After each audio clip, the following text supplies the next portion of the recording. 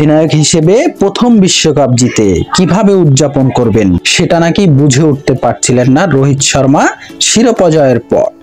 সংবাদ সম্মেলনে এসে ভারতের সাংবাদিকের মুখোমুখি হয়ে অবশ্য অন্য কথা বলেছেন রোহিত। এখনই আন্তর্জাতিক টি-20কে বিদায় জানানোর ইচ্ছা ছিল না তার।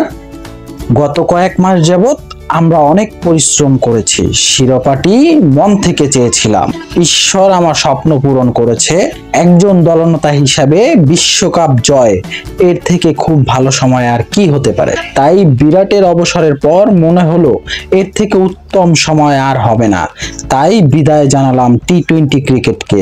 এইদিকে শনিবার টি-20 বিশ্বকাপ জয় করেছে ভারত, কিন্তু এখন পর্যন্ত নিজেদের দেশে ফেরা হয়নি ভারত। এমনকি নির্ধারিত রুট থেকে দেশের উদ্দেশ্যে যাত্রাটাই শুরু করা হয়নি তাদের। ওয়েস্ট ইন্ডিজ থেকে এখনো রওনা দিতে পারেনি দল। আটলান্টিক মহাসাগরে হারিকেন বেরিলের কারণে বারবাডোজে আটকে রয়েছে ভারতীয় দল। আটলান্টিক মহাসাগরে সৃষ্টি হারিকেন বেরিল অত্যন্ত বিপজ্জনক ঝড়ে পরিণত হয়েছে। প্রবল শক্তি সঞ্চয় করে ক্যারিবীয় অঞ্চলের দিকে ধেয়ে যাওয়া হারিকেন বেরিল ইতিমধ্যে ক্যাটাগরি 3 ঝড়ে পরিণত হয়েছে। এর প্রভাবে বিস্টন বিমানবন্দর রবিবার স্থানীয় সময় বিকাল থেকে বন্ধ হয়ে গেছে।